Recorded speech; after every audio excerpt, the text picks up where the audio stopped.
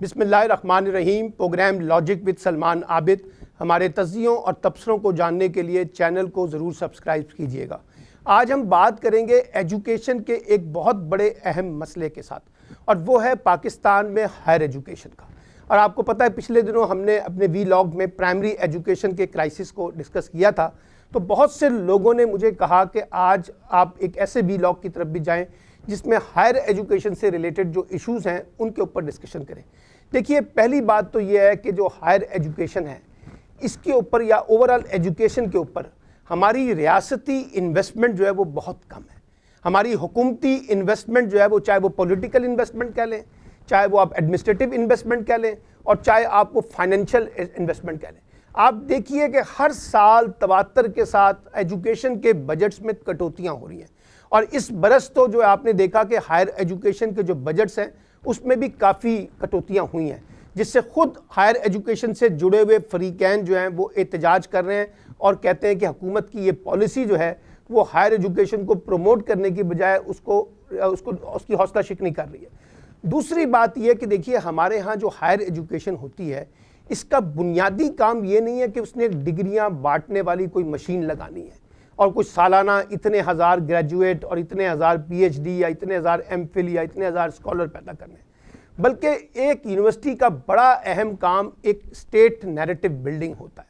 यानी रियासत को सियासी महाज पे, समाजी महाज पे, नफ्सियाती इश्यूज़ के हवाले से, आपके माशी तनाजुर में, आपकी फॉरेन पॉलिसी में, आपके दाखिली इश्यूज़ के ऊपर जो चैलेंजेस होते हैं उनका एक नैरेटिव जो है ना वो यूनिवर्सिटीज़ से क्रिएट होता है। और यूनिवर्सिटीज़ जो है वो नैरेटिव क्रिएट करके हुकूमत को फैसिलिटेट करती हैं पॉलिसी साजी में और कानून साजी में और उसके अमल दरामद के निज़ाम में। अब ये एक बहुत बड़ा गैप है हमारी हायर एजुकेशन के अंदर कि हमारी पॉलिसीज़, हमारी कानून साजी के लिए जो ब्रेन है वो हमारी इन बड़ी जामियात से नहीं आ रहा, बल्कि ऊपर बैठे हुए ब्यूरोक्रेट्स जो हैं वो अपनी मर्जी और मंशा के मुताबिक कानून साजी और पॉलिसी साजी कर लेते हैं, जिससे इंटेलेक्चुअल जो है ना वो सारा डिस्कनेक्शन जो है वो हमें वाज़ेह नज़र आता है। दूसरी बात यह है कि देखिए, एक मसला है क्वालिटी ऑफ एजुकेशन का। अब इस क्वालिटी ऑफ एजुकेशन के अंदर बात ये होती है कि हमें एक ऐसा क्वालिटी स्टफ पैदा करना है जो हमारी मार्केट की नीड्स को भी पूरा कर सके और जो इंडस्ट्री के साथ रिलेशनशिप को भी मेंटेन कर सके, ताकि जो लोग यहाँ से निकलें वो बड़े अच्छे तरीके से उनको रोज़गार मिल सके, काम मिल सके, वो माशरे में ज़्यादा बेहतर तरीके से परफॉर्म कर सकें। एक और मसला जो हमारे यहाँ ये है कि वो क्रिटिकल थिंकिंग जो यूनिवर्सिटीज़ डेवलप करती हैं वो ख़त्म होकर रह गया है। अब हमारे यहाँ जो रिसर्चेज होती हैं यूनिवर्सिटीज़ के अंदर, और बड़ी बड़ी रिसर्चेज 1000 के हिसाब से रिसर्चेज हो रही हैं, उसका इस सोसाइटी के ऊपर कोई इम्पैक्ट ही नहीं है।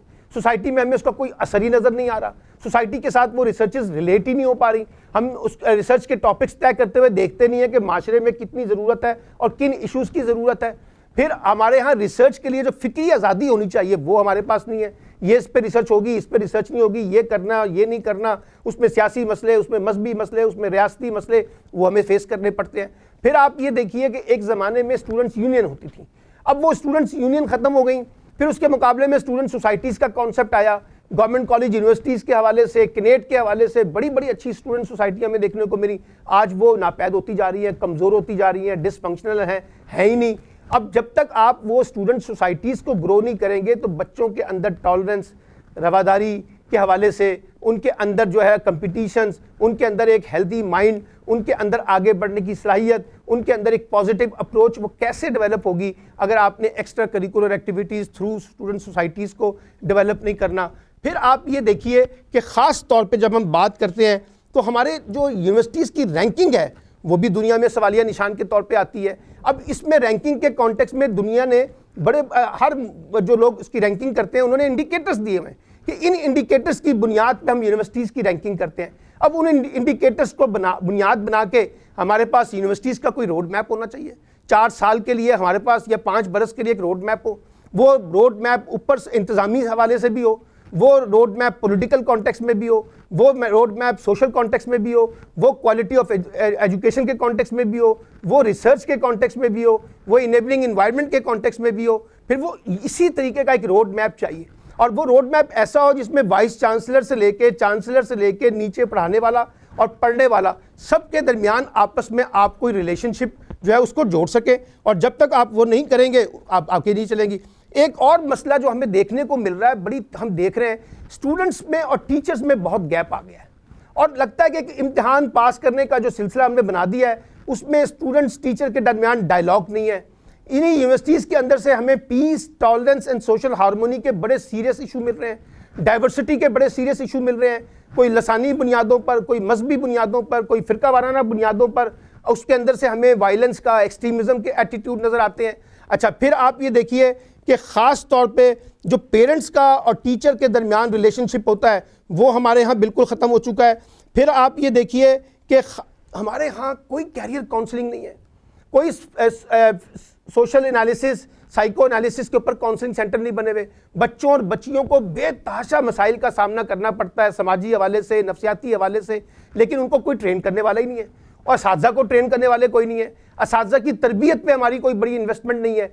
अब यूनिवर्सिटीज़ की जो एसोसिएशंस हैं, यूनिवर्सिटीज़ की जो असातिज़ा की तंजीमें हैं, उनका तो बुनियादी काम रह गया है कि प्रमोशंस हो, ट्रांसफ़र्स हो, किसी तरीके से हमें स्कॉलरशिप्स मिल जाएं, हमारे रिसर्च पेपर छप जाएं। जो क्वालिटी ऑफ एजुकेशन है, जो यूनिवर्सिटीज़ के इनेबलिंग इन्वायरमेंट को क्रिएट करने का मसला है, जो यूनिवर्सिटीज़ की स्टैंडर्डाइजेशन का मसला है, यूनिवर्सिटीज़ की क्रेडिबिलिटी, यूनिवर्सिटीज़ की लिजिटिमेसी को मेंटेन करने का मसला है, उसमें हम बहुत पीछे रह गए हैं। हमारे चांसलर साहब जो हैं वो एक सियासी तौर पर चीज़ों में बहुत ज़्यादा इन्वॉल्व होते हैं, उनकी तवज्जो यूनिवर्सिटीज़ के मामलात में इंतज़ामी अमूर पे होती है, क्वालिटी के कॉन्टेक्स्ट में नहीं है। इसीलिए मैं ये कहता हूँ, फिर आप ये देखिए ये जो हमने बनाए थे higher education commission federal level पे, प्रोविंशियल लेवल पे, इनके दरमियान डेफिसिट है। फिर प्रोविंशियल गवर्नमेंट और हायर एजुकेशन के दरमियान डेफिसिट है। फिर हायर एजुकेशन कमीशन और यूनिवर्सिटीज़ के चांसलर्स के दरमियान डेफिसिट्स हैं। एक लातदाद मसाइल के अंदर हमने यूनिवर्सिटीज़ की एजुकेशन को जकड़ा हुआ है।